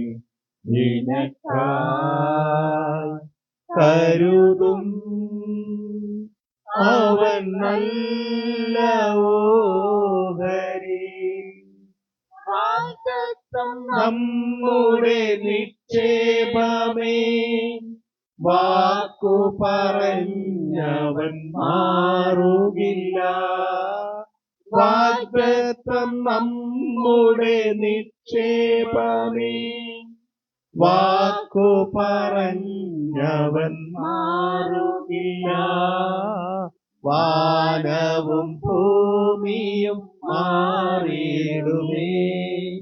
വചനങ്ങൾക്കോ ഒരു മാറ്റമില്ല. ആമേൻ. വാനവും ഭൂമിയും മാറിയിടുമേ. വചനങ്ങൾക്കോ ഒരു മാറ്റമില്ല. നിനക്കായി കരുതും അവൻ നല്ല ഓഹരി, രോഗങ്ങളാൽ നീ വലയുകയോ, ഭാരങ്ങളാൽ നീ തളരുകയോ. രോഗങ്ങളാൽ നീ വലയുകയോ, ഭാരങ്ങളാൽ ഭാരങ്ങളാൽ നീ തളരുകയോ? അടിപ്പിണരാലവൻ സൗഖ്യം തരും. വചനമയച്ചു നിന്നെ വിടുവിച്ചിടും. ആമേൻ. അടിപ്പിണരാലവൻ സൗഖ്യം തരും. വചനമയച്ചു നിന്നെ വിടുവിച്ചിടും. നിനക്കായി കരുതും അവൻ നല്ല ഓഹരി. കഷ്ടങ്ങളിൽ നല്ല തുണയേശു. കണ്ണുനീരവൻ തുടയ്ക്കും. കഷ്ടങ്ങളിൽ നല്ല തുണയേശു. കണ്ണുനീരവൻ തുടയ്ക്കും. നിനക്കായി കരുതും അവൻ നല്ല ഓഹരി. അപ്രകാരം നാം നിൽക്കുമ്പോൾ തന്നെ ആന്റിയുമായിട്ട് നമുക്ക് പ്രാർത്ഥിക്കാം. കർത്താവേ, ഹല്ലേലൂയ. കർത്താവേ, സ്തോത്രം സ്തോത്രം സ്തോത്രം സ്തോത്രം ചെയ്ത കർത്താവേ, ഞങ്ങളെ ഇത്രത്തോളം കരുതി പരിപാലിച്ച നാഥ, നന്ദിയോടെ അങ്ങേ സ്തുതിക്കുന്നു അപ്പാ. സ്തോത്രം ചെയ്യുന്ന കർത്താവേ, ഇന്ന് വിശുദ്ധ ശബദായിരുന്നു കൊണ്ട് കർത്താവേ, ഞങ്ങൾക്ക് എല്ലാവർക്കും ഇത്രയും സമയം ഈ ആലയത്തിൽ ചെലവഴിക്കുവാനും അങ്ങയുടെ വചനങ്ങൾ കേൾക്കുവാനും പാട്ടുകൾ പാടുവാനും അങ്ങയുടെ മഹത്വപ്പെടുത്തുവാനും ഞങ്ങളെ സഹായിച്ച വൻ കൃപയ്ക്കായി സ്തോത്രം ചെയ്യുന്ന കർത്താവേ. നല്ലൊരു വിശുദ്ധ ശബദ് കാണുവാൻ ഞങ്ങൾക്ക് ഭൂമി ജീവിച്ചിരുന്നു കൊണ്ട് അങ്ങ് ഞങ്ങളെ സഹായിച്ച വൻ കൃപയ്ക്കായി സ്തോത്രനാഥ. എത്രയോ ജനങ്ങൾ കർത്താവെ ഭവനങ്ങളിലായിരുന്നു കൊണ്ടും ആശുപത്രികളിലായിരുന്നു കൊണ്ടും കർത്താവെ സുഖമില്ലാത്ത അവസ്ഥകളിലായിരിക്കുന്നു നാഥ. അതിൽ നിന്നെല്ലാം ഉപരിയായി ഞങ്ങൾക്ക് ആലയത്തിൽ കടന്നു വരുവാനും അങ്ങയെ മഹത്വപ്പെടുത്തുവാനും കർത്താവെ ഞങ്ങളുടെ ആവശ്യങ്ങൾ അങ്ങയുടെ മുന്നിൽ നിരത്തി വെക്കുവാൻ അങ്ങ് ഞങ്ങളെ സഹായിച്ചല്ലോ അപ്പ. കർത്താവെ, ഞങ്ങളോട് കൂടെ ഇരിക്കുമാറാകണമേ എന്ന് പ്രാർത്ഥിക്കുന്നു. കർത്താവെ, കേട്ട വചനങ്ങൾക്കനുസരിച്ച് മുന്നോട്ട് കടന്ന് ജീവിക്കുവാൻ ഞങ്ങളെ ഓരോരുത്തരെയും അങ്ങ് സഹായിക്കുമാറാകണമേ എന്ന് പ്രാർത്ഥിക്കുന്നു അപ്പ. പ്രത്യേകിച്ച് വചനമെടുത്ത കർത്തൃദാസൻ അങ്ങയുടെ കരങ്ങളിലേക്ക് സമർപ്പിക്കുന്നു. അദ്ദേഹത്തിന്റെ കുടുംബത്തെ അങ്ങ് അനുഗ്രഹിക്കുമാറാകണമേ എന്ന് പ്രാർത്ഥിക്കുന്നു അപ്പ. ഇന്ന് ഇവിടെ സുഖമില്ലാത്ത അവസ്ഥകളിലും കർത്താവെ പ്രിയപ്പെട്ട ഗോവിന്ദ് സാറിനായി പ്രാർത്ഥിക്കുന്ന നാഥ. കഴിഞ്ഞ ആഴ്ച യേശുവെ വന്നുപോയ അപകടങ്ങളെല്ലാം ദൈവത്തിന് ഹിതമായി തീർത്തുകൊണ്ട് ഇന്ന് ഈ ആലയത്തിൽ കടന്നു വരുവാൻ കർത്താവെ അദ്ദേഹത്തെ സഹായിച്ച വൻ കൃപയ്ക്കായി സ്തോത്രം. മനോഹരമായ തിരുവചനം ഞങ്ങൾക്ക് വിളമ്പി തന്നല്ലോ നാഥ. കർത്താവെ, അദ്ദേഹത്തെ ഇനിയും കൂടുതലായി അനുഗ്രഹിച്ച് ഇന്ന് പറഞ്ഞതിന്റെ അടുത്ത ഭാഗം വരും ആഴ്ചകളിലും ഞങ്ങൾക്ക് പറഞ്ഞ് മനസ്സിലാക്കി തരുവാൻ അദ്ദേഹത്തിന്റെ കുടുംബത്തെ ഒരുക്കുമാറാകണമേ എന്ന് പ്രാർത്ഥിക്കുന്നു കർത്താവെ. യേശുവെ അനുഗ്രഹിച്ച് കർത്താവെ, എന്റെ ദൈവം ഇത്രത്തോളം സുഖവും ബലവും അദ്ദേഹത്തിന് കൊടുത്ത വൻ കൃപയ്ക്കായി സ്തോത്രം ചെയ്യുന്നതാ. അതേപോലെ ഡോക്ടർ സാറിനായി പ്രാർത്ഥിക്കുന്നു. ദൈവാനുഗ്രഹിക്കലും ഇവിടെ കടന്നു വന്നുകൊണ്ട് കർത്താവെ എത്രയോ പേർക്ക് സുഖം ബലവും മരുന്ന് മുഖാന്തരവും എൻ്റെ ദൈവം അദ്ദേഹം അദ്ദേഹം ഒരുക്കുന്നു നാഥ. അതെല്ലാം ഞങ്ങൾക്ക് കൈപ്പറ്റി ദൈവത്തിന് നന്ദിയുള്ളവരായി ജീവിക്കുവാൻ ദൈവം ഞങ്ങളെ ഓരോരുത്തരും ഒരുക്കുമാറാകണമേ എന്ന് പ്രാർത്ഥിക്കുന്നു. ഇവിടെ കടന്നു വന്നിരിക്കുന്ന ഓരോ ജനത്തെ കർത്താവിന്റെ കരങ്ങളിൽ സമർപ്പിക്കുന്നു. ഞങ്ങൾ പിരിയുന്നു. ഞങ്ങൾക്ക് പിരിയാൻ ബന്ധുവായി എൻ്റെ ദൈവം ഞങ്ങളോടൊപ്പം ഇരിക്കുമാറാകണം. ഈ വചനം കേട്ട് ശ്രവിച്ചു കൊണ്ടിരിക്കുന്ന ഞങ്ങളുടെ അയൽപക്കക്കാരുണ്ട്, ഞങ്ങളുടെ ബന്ധുക്കളുണ്ട്, ചാർച്ചക്കാരുണ്ട്, എല്ലാവരും കർത്താവിന്റെ കരങ്ങളിലേക്ക് സമർപ്പിക്കുന്നു. അടുത്ത് വരുന്ന വിശുദ്ധ ശബദിലും കർത്താവെ ഞങ്ങൾക്ക് എല്ലാവർക്കും ഒരുപോലെ കടന്നു വരുവാൻ ദൈവം ഓരോരുത്തരെ സഹായിക്കുമാറാകണമേ എന്ന് പ്രാർത്ഥിക്കുന്നു. ഞങ്ങളുടെ ആവശ്യങ്ങളിൽ കൂടെ ഇരിക്കുമാറാകണമേ. വരും ആഴ്ചകളിലും ഇതിനേക്കാളും എല്ലാവരും ഈ ആലയത്തിൽ കടന്നു വരുവാൻ ദൈവം സഹായിക്കുമാറാകണമേ എന്ന് പ്രാർത്ഥിച്ചുകൊണ്ട് അനേകളെ പ്രാർത്ഥന കൃപയോടെ കേൾക്കണം നല്ല ദൈവമേ. നമ്മൾ പ്രാർത്ഥന ചൊല്ലി ആശീർവാദം കൈക്കൊള്ളാം. സ്വർഗസ്നായ ഞങ്ങളുടെ പിതാവേ, തിരുനാമം സ്വീകരിക്കണമേ, ഒരു രാജ്യം വരണമേ, ഇഷ്ടം സ്വർഗത്തിലേക്കുള്ള ഭൂമിയിലുമാകണമേ. ഞങ്ങൾക്ക് ആവശ്യമുള്ള ആഹാരം ഞങ്ങൾക്ക് തരണമേ. ഞങ്ങളുടെ കടക്കാരോട് ഞങ്ങൾ ക്ഷമിച്ചിരിക്കുന്നത് പോലെ ഞങ്ങളുടെ പാപക്കടങ്ങൾ ഞങ്ങളോട് ക്ഷമിക്കണം. ഞങ്ങളെ പരിശുദ്ധപ്പെടുത്താതെ ദുഷ്ടങ്ങളിൽ നിന്ന് വിടുവിക്കണം. എന്നുള്ള രാജ്യവും ശക്തിയും മഹത്വവും നിങ്ങൾക്കുള്ളതല്ലോ. ആമേൻ. ആശീർവാദം. പിതാവായ ദൈവത്തിന്റെ സ്നേഹവും പുത്രനായ യേശുക്രിസ്തുവിന്റെ കൃപയും നമ്മെ ഏവരെയും ആശ്വസിപ്പിക്കുന്ന പരിശുദ്ധാത്മാവിന്റെ സംസർഗവും സഹവാസവും കൂട്ടായ്മയും കാവലും പ്രാർത്ഥിച്ചതായ എല്ലാ വിഷയങ്ങളോടും ഇവിടെ ആയിരിക്കുന്ന എല്ലാ ദൈവജനത്തോടും ദേശത്തോടും ദേശവാസികളോടും ഈ ആലയത്തോടും ഇന്നു മുതൽ എന്നേക്കും ഉണ്ടായിരിക്കുമാറാകട്ടെ. ആമേൻ. Hallelujah, hallelujah.